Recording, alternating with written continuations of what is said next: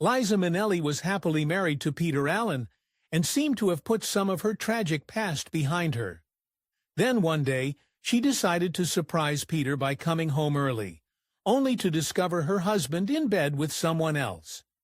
Minnelli had no idea that he was carrying on an affair, and she was utterly heartbroken, but that wasn't even the worst part.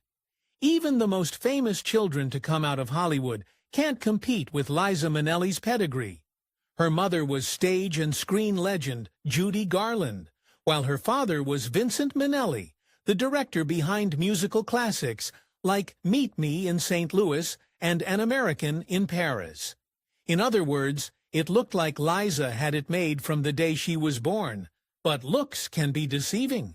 Liza Minnelli's childhood was far from ideal.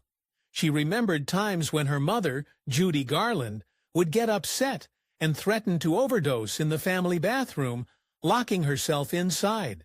One time, Garland stayed in the bathroom so long that young Liza, frantic with worry, used a pair of scissors to cut through the screen window to check on her mother.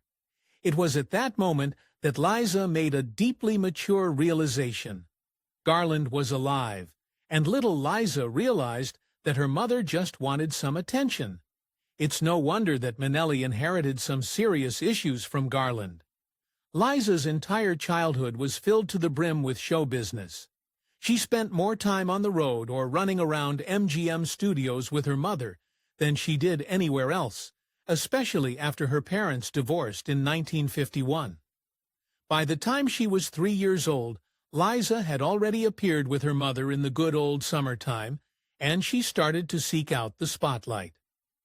When Liza announced her intention to follow her mother's footsteps, Garland's first response was, "Now, don't get upset because of the way they may compare you to me." Not exactly the response a daughter wants from her own mother. When Liza was 18, she convinced her mother to let her go on stage with her during Garland's performance at the Palladium in London. She wasn't an instant hit. When Judy announced, "And now Miss Liza Minnelli," the crowd responded with a polite, lukewarm welcome. Liza gave the performance of a lifetime at the Palladium that day, winning over the audience by the end of her song. Afterward, the crowd erupted in thunderous applause for the new star. Only instead of being happy for her daughter, Garland's dark side came out. Reportedly, Garland yanked Minnelli right off stage after the curtain call and pushed her into the wings with a steely smile on her face. After her performance, the teenaged Liza met one of her mother's friends and protégé's re-dashing Australian musician, Peter Allen. The pair got along well, but Garland had a much more scandalous plan in mind for her daughter. She decided to get Peter Allen and Liza together. Unfortunately, it worked. Minnelli quickly fell head over heels for Allen, and in March 1967, she married him just before her 21st birthday. The pair dove into a luxe bohemian life full of caviar, star-studded dinner parties, and chain smoking. For a while, it looked like Liza might settle down as a housewife and devote herself to her husband. That's not how things turned out at all. In the late 1960s, Minnelli had already taken Broadway by storm, and now wanted to make the big move into film. In fact, she already had a role in mind. She had her heart set on playing Kooky Adams, the quirky, fast-talking lead in the upcoming The Sterile Cuckoo. So when Minnelli actually got the part, she was ecstatic and sent her mother the script to look over. This was a huge mistake. When Garland read the script, she went ballistic. She called her daughter, saying, "But why do you want to play this? How could you possibly understand this screwed-up, neurotic girl?" Liza reassuringly replied, "Calm down. It's got nothing to do with you." In the end, Minnelli's instincts were right, and her performance was nominated for an Academy Award. Her career was really taking off, but her most tragic experience with her mother was just around the corner. In 1969, just weeks after her 47th birthday, Judy Garland tragically passed away from an accidental overdose. Her death sent shockwaves around the world, but for Liza Minnelli, it was utterly devastating. After all, Minnelli had witnessed her mother's heartbreaking decline firsthand. In Garland's later years, Liza often saw her in the dressing room, noticing the troubling signs of her struggle. Her mother's death would have a profound effect on the young Liza. The very first thing Minnelli did after her mother's death was bury herself in her work. Liza signed on to star as Sally Bowles in the film version of Cabaret, working with director Bob Fosse on an infamously grueling set. During the shoot, Minnelli endured long days filming in Berlin, poring over photos and films of old silent-era actresses to nail the early 1930s aesthetic of the movie. In the midst of her grief, Minnelli's marriage to Peter Allen took a nosedive it would never recover from. While filming Cabaret, she began a rather public affair with music producer Rex Kramer. The affair may have been her way of exacting revenge on her husband. Although Peter Allen certainly cared for Minnelli, he was hiding a devastating secret. He was actually attracted to men. Even worse, everyone seemed to already know Allen's secret. Everyone except his own wife. When Minnelli finally did find out, it was under the worst possible circumstances. According to Minnelli, she came home one day to a shocking discovery. Her husband, Peter Allen, was in bed with someone else, but the biggest surprise? That someone else was a man. Reflecting on the moment years later, Minnelli joked, "Let me put it this way. I'll never surprise anybody coming home as long as I live." But the betrayals didn't stop there. Allen had also carried on a secret affair with Minnelli's own stepfather, Mark Harron. Finally, after a long separation, she and Allen finalized their divorce in 1974. Despite her personal issues, Minnelli's hard work on Cabaret paid off, and the film became a massive success, earning her another Oscar nomination for her unforgettable portrayal of Sally Bowles. Then, in an unexpected twist, she triumphed over Hollywood heavyweights like Diana Ross, Liv Ullmann, and Maggie Smith, taking home the Academy Award for Best Actress. It was the ultimate career high. But in the months that followed, Minnelli would learn firsthand that success often came with a dark side. For all her successes, Minnelli's private life was spinning wildly out of control. She had never really processed her divorce from Allen, let alone her mother's untimely death. Overwhelmed, Minnelli developed some all-too-familiar habits. She began frequently indulging in pills, alcohol, and more during her nights out. Minnelli was taking after her mother, and it wasn't going to end well. To no one's surprise, Minnelli's love life in this hazy decade was nothing short of a train wreck. Although she jumped into marriage with director Jack Haley Jr., shortly after divorcing Allen, the union was over within 5 years. In 1973, Minnelli reconnected with a ghost from her past, Desi Arnaz Jr., the son of comedic legends Lucille Ball and Desi Arnaz. Minnelli and Arnaz had seen each other around Hollywood parties from a young age, but sparks only flew after Arnaz got out of a messy relationship with the actress Patty Duke. The hard-partying Liza was 7 years older than Arnaz, and his mother Lucille Ball was extremely disapproving of the relationship and of Minnelli herself, who she thought was a bad influence on her son. Although Arnaz accompanied Minnelli when she won her Academy Award for Cabaret, the couple soon decided to break up. They were barely together for a year. Minnelli's childhood had been filled with loneliness and insecurity, so in adulthood she was constantly searching for the stability she never had at home.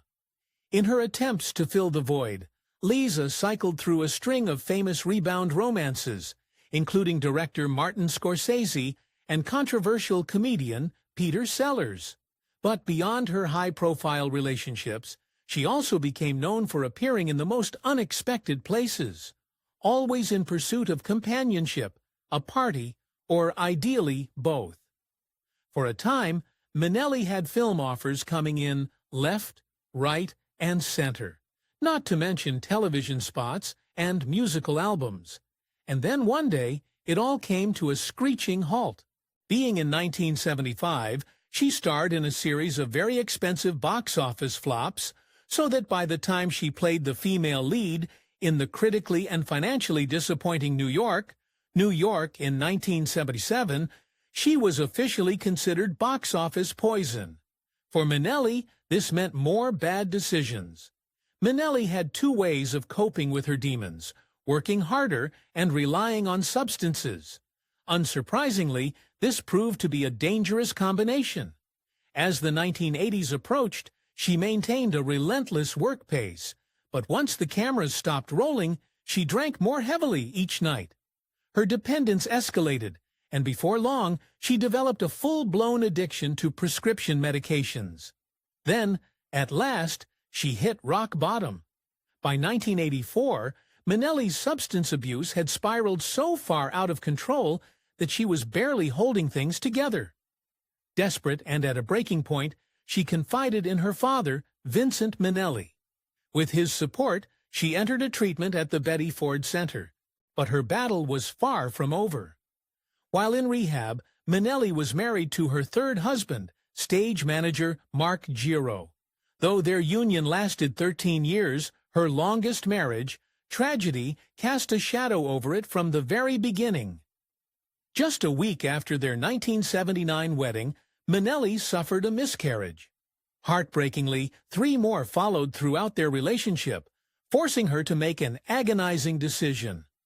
During one of her pregnancies, she encountered severe complications.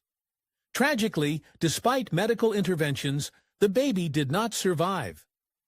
Minnelli faced a very dangerous complication, a severe hernia that affected her health for months. Eventually, she made the painful choice to stop trying for children. Beyond her struggles in rehab, the 1980s marked a streak of relentless bad luck for the once sought-after star. One of the biggest blows came in the early part of the decade when acclaimed director Ken Russell insisted that Minnelli, and only Minnelli, should play the lead role in his film adaptation of Evita, the highly anticipated story of Argentina's legendary First Lady, Eva Perón. At last, it seemed like Minnelli might break free from her string of career disappointments, but fate had other plans. Russell's unwavering loyalty to Minnelli backfired in a spectacular fashion. Producer Robert Stigwood, frustrated by the director's ultimatums, fired him outright. As a result, Minnelli lost the role before she even had it. Adding insult to injury, she later had to watch Madonna triumphantly take on the part a decade later. By 2000, Minnelli had finally crawled her way out of addiction, and she abstained from much of the partying she used to partake in. Despite her new healthier lifestyle, medics rushed the middle-aged Minnelli to the hospital after she contracted a serious case of viral encephalitis. According to the hospital, Minnelli would never walk or speak again after the illness ravaged her body. For a woman who had made show business her entire life, it didn't get more devastating than this. But as a survivor, as always, Minnelli didn't back down and entered intense physical and vocal therapy as soon as she possibly could. The results speak for themselves. For practically her entire life, Minnelli refused to sing her mother's songs, and especially not her greatest hits. Whenever anyone asked her why she avoided them, she would curtly reply, "They've been wrong."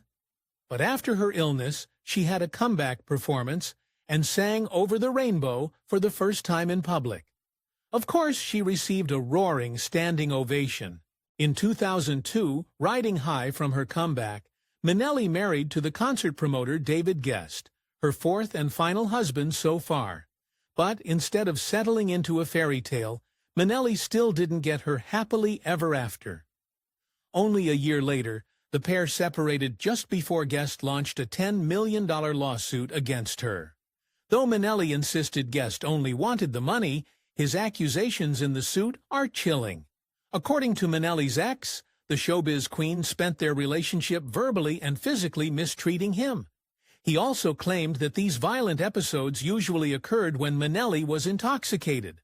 Whatever the truth, the courts kicked the case out in 2006 for lack of evidence, and Guest and Minnelli divorced in 2007. Not long after Minnelli's fourth divorce with Guest, Liza's former chauffeur accused her of battery, personal injury, and other breaches of contract. The driver also alleged that Minnelli coerced him into intimate relations under threat of termination. Unfortunately for any truth-seekers, Minnelli settled the suit out of court, so we likely won't get any more details. Never say that Liza doesn't have a sense of humor about her place in pop culture. Starting just after her controversial split with Guest, she made regular appearances on the sitcom Arrested Development, starring as the man-eating MILF Lucille Ostero, a.k.a. Lucille 2. In fact, the writers made the role with Minnelli in mind, though they never dreamed they'd actually get her to sign on. Minnelli has always been known for her eccentricities, but one of her quirkiest moments came in 1997. During the first season of the action-packed spy series, La Femme Nikita, she became obsessed with the show's lead actress, Peta Wilson. When Minnelli found out Wilson was heading to the Rosie O'Donnell show for her first major interview, she pulled some strings to have Wilson's limo stop by her house beforehand, just so she could offer the actress some personal advice on fame. Minnelli belongs to an elite club in Hollywood that EGOT winners, entertainers who have won an Emmy, Grammy, Oscar, and Tony. However, in a true Liza twist, she also holds a more dubious honor. For exclusive perks like early access to new videos, priority replies to your comments, and to have your say on future content, consider becoming a FactorNet member. On top of that, your support helps keep the channel going. Click the link in the description for more details. She is one of the few actresses to have won both a Best Actress Oscar and a Worst Actress Rosie Award. Liza Minnelli has spent her life navigating the long shadow cast by her legendary mother, Judy Garland. From an early age, she made conscious efforts to carve out her own identity. Minnelli rarely speaks in depth about her relationship with her mother, Judy Garland, but glimpses of their complicated dynamic have surfaced over the years. Perhaps nothing illustrates their dysfunction better than the events surrounding Minnelli's first major opening night, starring in the off-Broadway show Best Foot Forward.